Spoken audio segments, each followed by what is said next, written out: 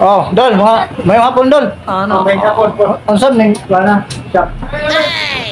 Kung lang tanig ads barbershop. Ads Barbershop. May siya baliktad mo no.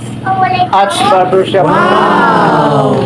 Wala ba kanta diri Dol nga ni pagkong tukod diri barbershop? Ano? Oh. Ano ba? Wala. Naman ko no diri dapit sa ilihan. May nga na barbershop. Kan? Wag. Bulbulon barbershop, Dol. Ha?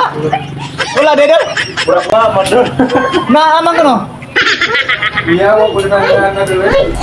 Mga ganun nga rin ko kaya ito kung tapos pagupit ba, pinalibre ko no sila. Wala.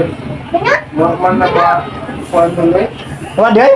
Wala ma-register sa bukod sa bukod. Mura magmamay yung gingang doon, kaya ko nalibre dito sa Bulbulon Barbershop. Magpaawat ko no ka dito, libre. Libre po, talo ko no. Yes, yes. Mura mangita ko anang lugar kay wala tayo bayad ba? Pwede asa din ano? Wala ko ba na dulu lugar ng bulbulon barbershop na pita. Makuray nga, nari ko no diri sa ako, ko no, dool ko no ni sa Ads Barbershop. Ano man yung gidool na kung Ads Barbershop diri? Oh no! Wala day? Pati na-scam na sad ko aning galakiha di ang galit. Scam na sad ni? Yay! Apa na sa Google? Was Google?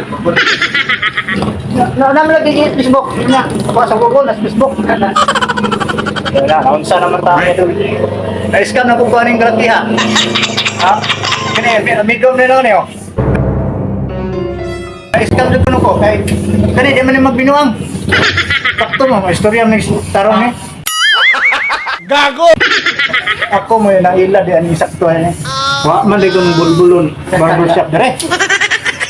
So, mangita ato sa sunahan yun. So, scam ako sa kalaki niya. Yun. Sige daw, salamat doon. Ano ko nahan?